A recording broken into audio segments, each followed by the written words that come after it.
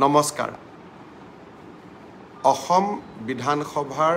অধিৱেশন সমাপ্ত হ'ল এইবাৰৰ বিধানসভাখন ঐতিহাসিক বিধানসভা বুলিয়ে আমি ক'ব লাগিব কাৰণ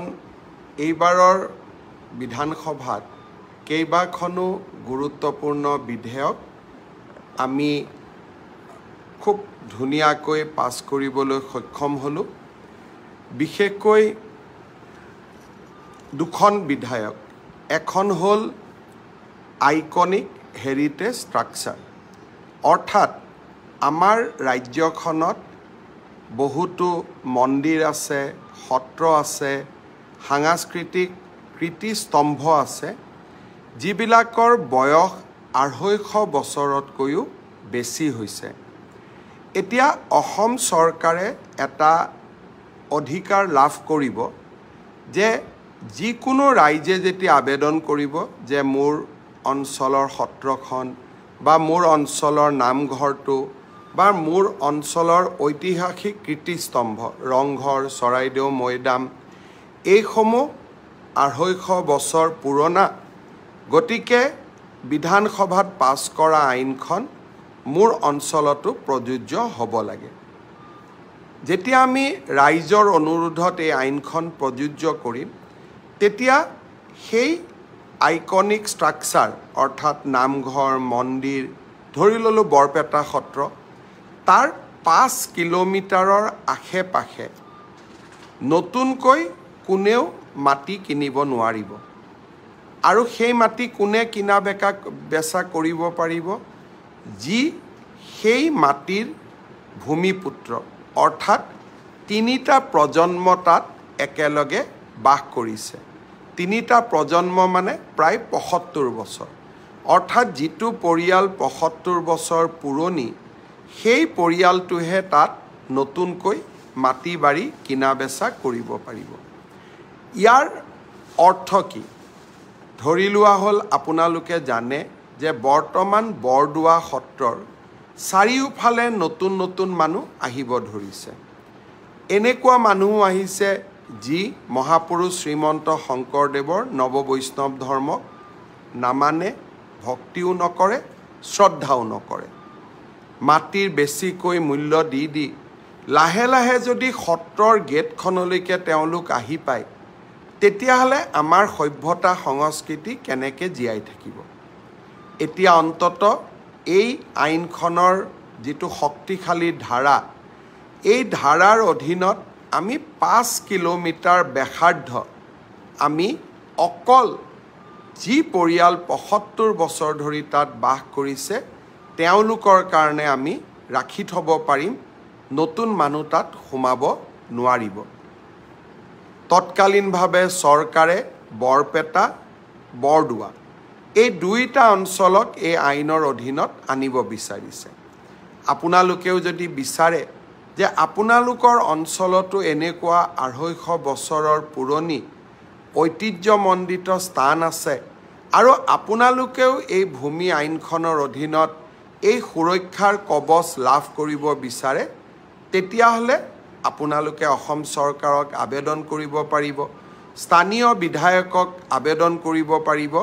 আৰু আমি আপোনালোককো এই সুৰক্ষাৰ চক্ৰটোৰ মাজলৈ লৈ আনিব পাৰিম ইয়াৰ পিছত আন এখন বিধেয়ক সদনত এইবাৰ গৃহীত হ'ল এই বিধেয়কখন আছিল compulsory Muslim registration of Muslim marriage and divorce অৰ্থাৎ ইমান দিনে মুছলমান সমাজৰ বিবাহ কাজীসকলে পঞ্জীয়ন কৰিছিল তাৰ ফলত বহু লোকে নিজৰ অধিকাৰ হেৰুৱাই পেলাইছিল বিশেষকৈ তালাক বা ডাইভোৰ্চৰ সময়ত নথিপত্ৰৰ হেৰাফেৰিৰ কাৰণে বহুত লোকে নিজৰ ন্যায্য প্ৰাপ্তিৰ পৰা বঞ্চিত হৈছিল এতিয়া আমি অসমত মুছলমান সমাজৰ বিয়া এই কম্পালসৰি পঞ্জীয়নৰ ভিতৰলৈ লৈ আহিলোঁ আৰু এতিয়া বিবাহৰ পঞ্জীয়ন কাজী ব্যৱস্থাৰ জৰিয়তে সাব ৰেজিষ্ট্ৰাৰসকলে বা চৰকাৰৰ বিষয়াসকলে কৰিব পাৰিব বিধানসভাত এটা আলোচনা হৈছিল যে বহু বিবাহ হয় সাব ৰেজিষ্ট্ৰাৰ অফিচত সম্ভৱ হ'ব নে নহয় মই বিধানসভাতে প্ৰতিশ্ৰুতি দিছিলোঁ যে যদি কিবা কাৰণত সাব ৰেজিষ্ট্ৰাৰ সকলে অকলে এই কাম কৰিব নোৱাৰে তেতিয়াহ'লে আমি ব্লক পৰ্যায়ত আৰু পঞ্চায়ত পৰ্যায়ত হ'লেও আমি পঞ্জীয়ন বিষয়া দিব পাৰিম কিন্তু গোটেইবোৰ ৰেজিষ্ট্ৰেশ্যন এটা পৰ্টেলৰ মাজেদি হ'ব কোনেও নথিপত্ৰৰ হেৰাফেৰি কৰিব নোৱাৰিব বিবাহ আৰু বিবাহ বিচ্ছেদ দুইটা চৰকাৰৰ নজৰত থাকিব আৰু ই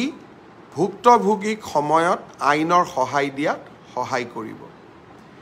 এই দুইখন বিধেয়কৰ উপৰিও বৰাক উপত্যকা আৰু হোজাই জিলাত এইবাৰ আমি মণিপুৰী ভাষাক চৰকাৰী সহযোগী ভাষাৰ স্বীকৃতি দিবলৈ সক্ষম হ'লোঁ right to public service act অহা 2 অক্টোবৰৰ পৰা চৰকাৰৰ ঘৰত বিভিন্ন সেৱা পাওঁতে যদি ৰাইজে ভাবে যে নিৰ্ধাৰিত সময়তকৈ মোৰ বেছি সময় লাগিছে তেতিয়াহ'লে আপোনালোকে ৰাজহুৱা সেৱা অধিকাৰ আয়োগৰ ওচৰত আবেদন কৰিব পাৰিব সেই আইনখনো এইবাৰ বিধানসভাত গৃহীত হয় আৰু 2 অক্টোবৰৰ পৰা সকলো যদি ঠিকে থাকে ৰাজ্যপাল মহোদয়ৰ আমি অনুমোদন পাওঁ আমি right to public service act অৰ্থাৎ ৰাজহুৱা সেৱাৰ অধিকাৰ আইনখনকো আমি বলবৎ কৰাৰ বাবে প্ৰচেষ্টা হাতত ল'ম বিধানসভা এইবাৰ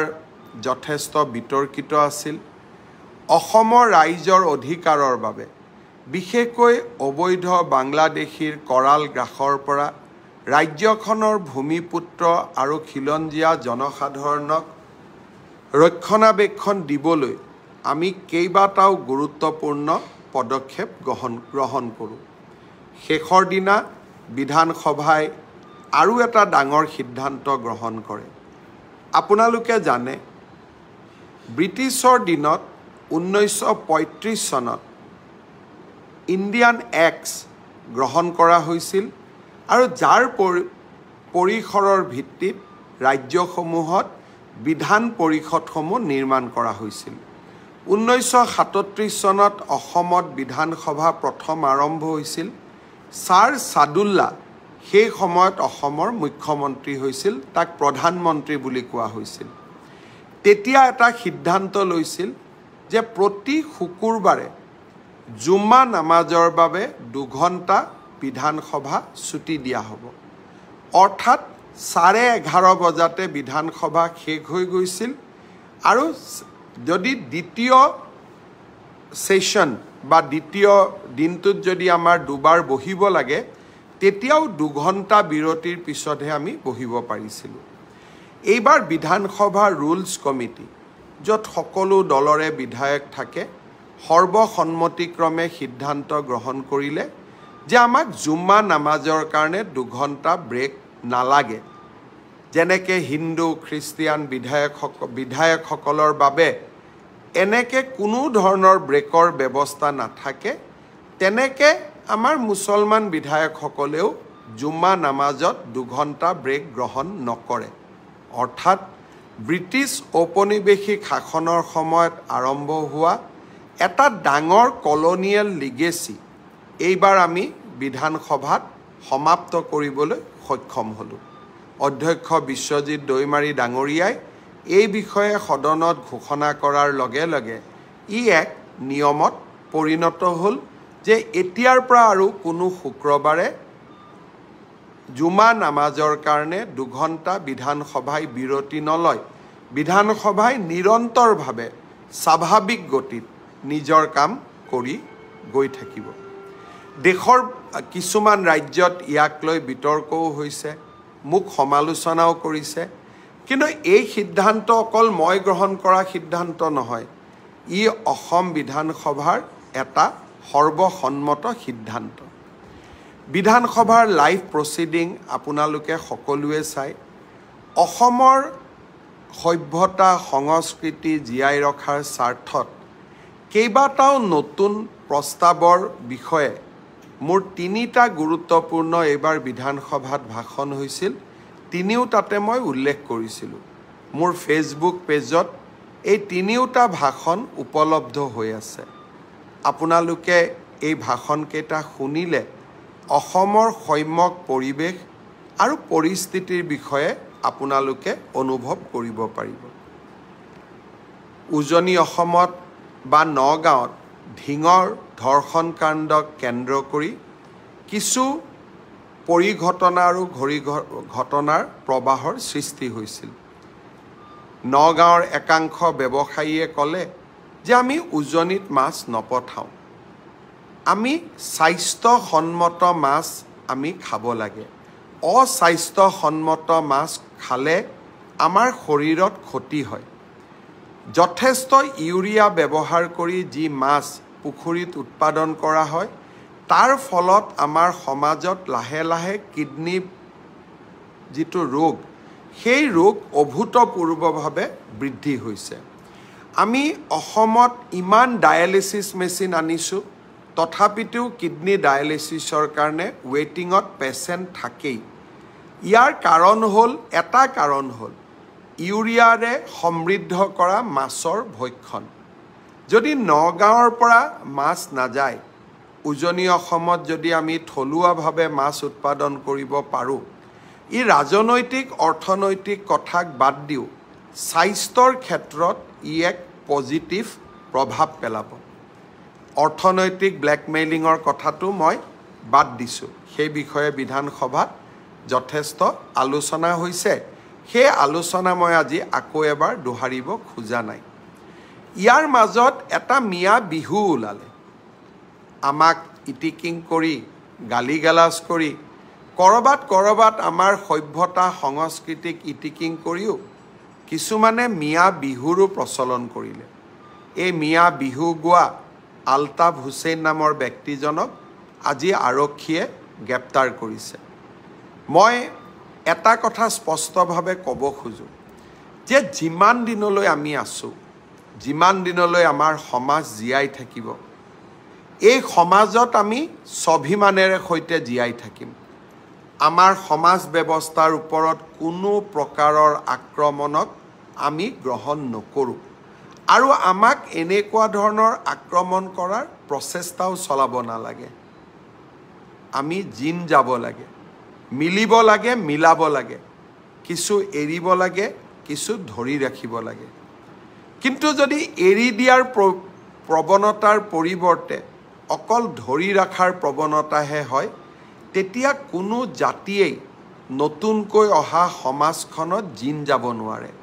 আমি প্ৰত্যেকটো পৰ্যায়তে মনত ৰখা উচিত যে আমি এখন সমাজলৈ আহিছোঁ এইখন সমাজত আমি জিন যাব লাগিব আৰু এইখন সমাজত যদি আমি জিন যাব লাগে এইখন সমাজৰ মৌলিক চৰিত্ৰসমূহক আমি মানি চলিবই লাগিব কোনোবাই যদি আমাৰ সভ্যতা সংস্কৃতি আমাৰ খাদ্য আমাৰ সংস্কৃতি আমাৰ গান আমাৰ নৃত্যক খুব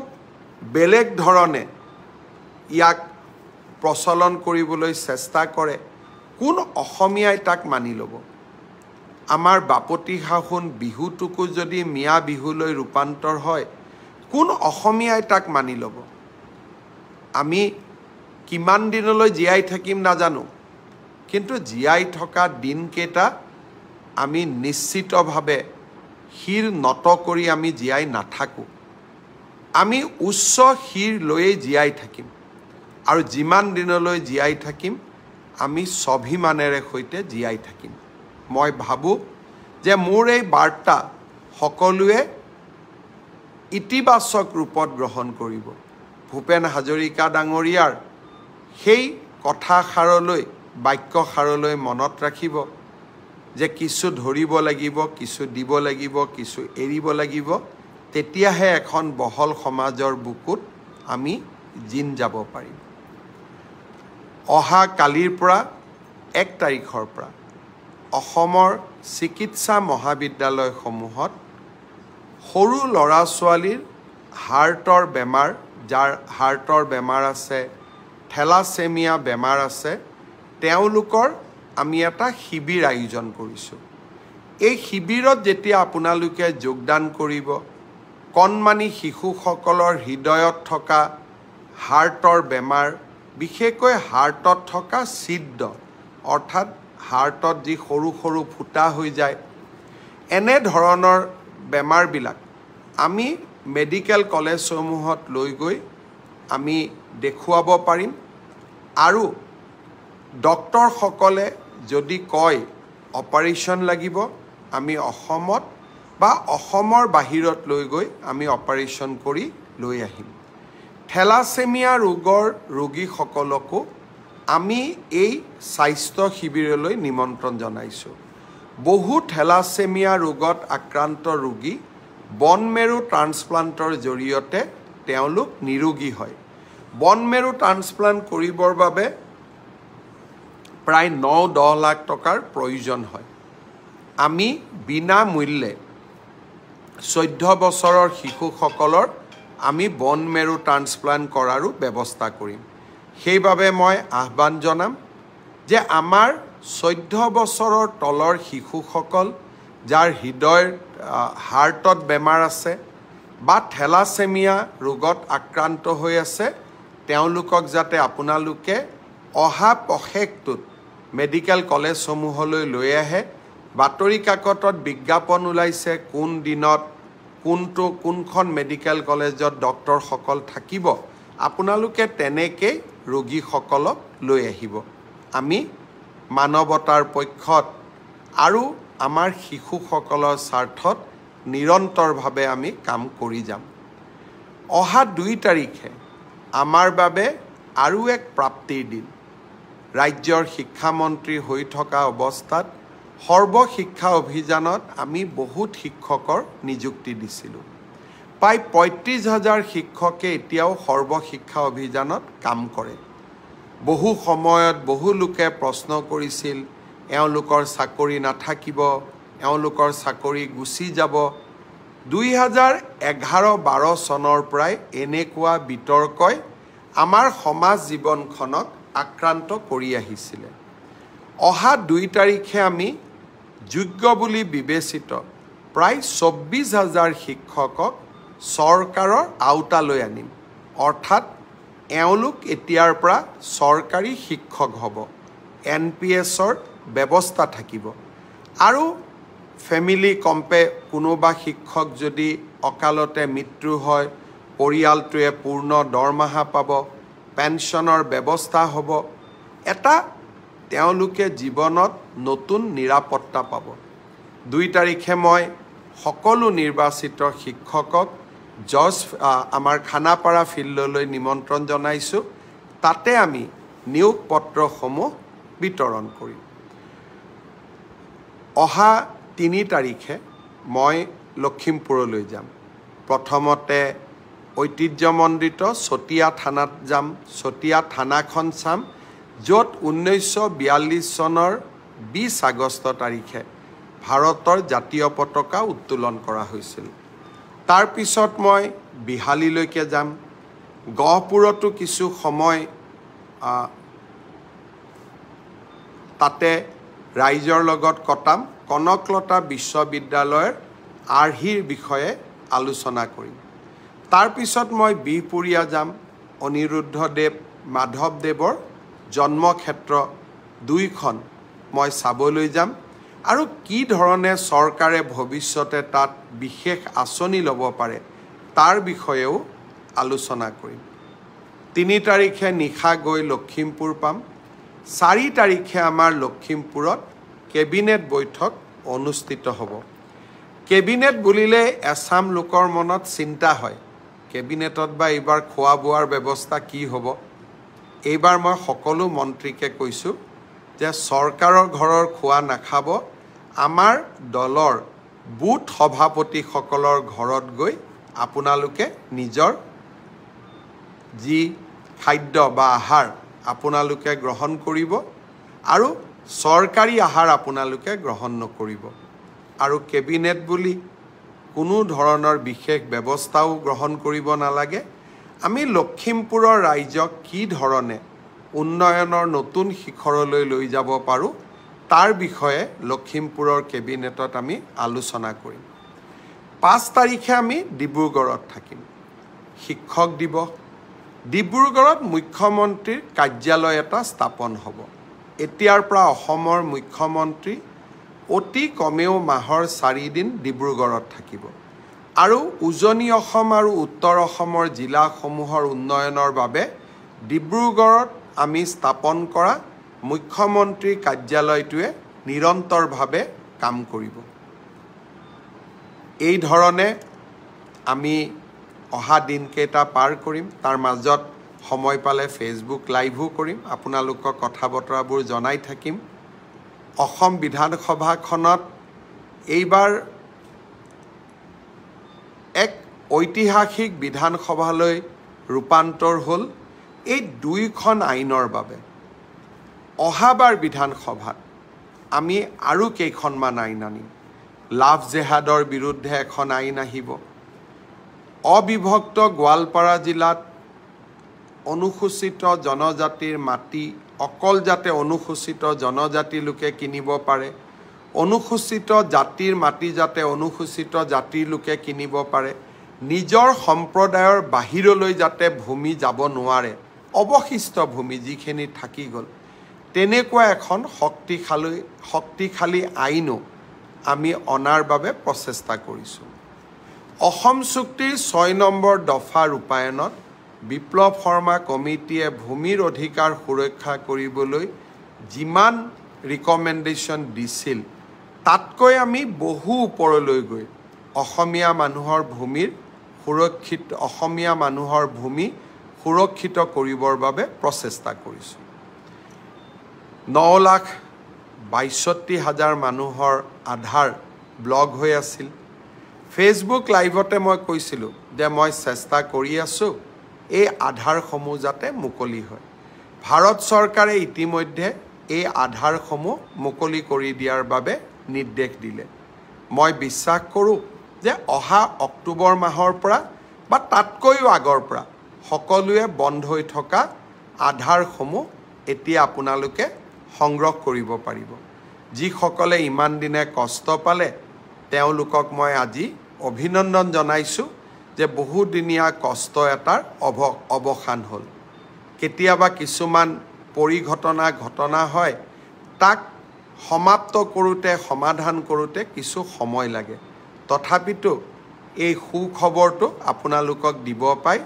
মই যথেষ্ট আনন্দিত হৈছোঁ। অহা এসপ্তাহ 10 দিনৰ ভিতৰতে বানপানীত আক্ৰান্ত লোকসকলৰ ক্ষতিপূৰণো আমি তেওঁলোকৰ একাউণ্টত পঠিয়াবলৈ চেষ্টা কৰিম। নিৰন্তৰভাৱে কাম কৰি যাম আৰু কাম কৰি থাকিম। আপোনালোকৰ আশীৰ্বাদ আৰু শুভকামনা আমাৰ লগত থাকিলে আমি এভাৰেষ্টত উঠিবলৈও ভয় নকৰোঁ। বহুত বহুত ধন্যবাদ। শুভৰাত্ৰি।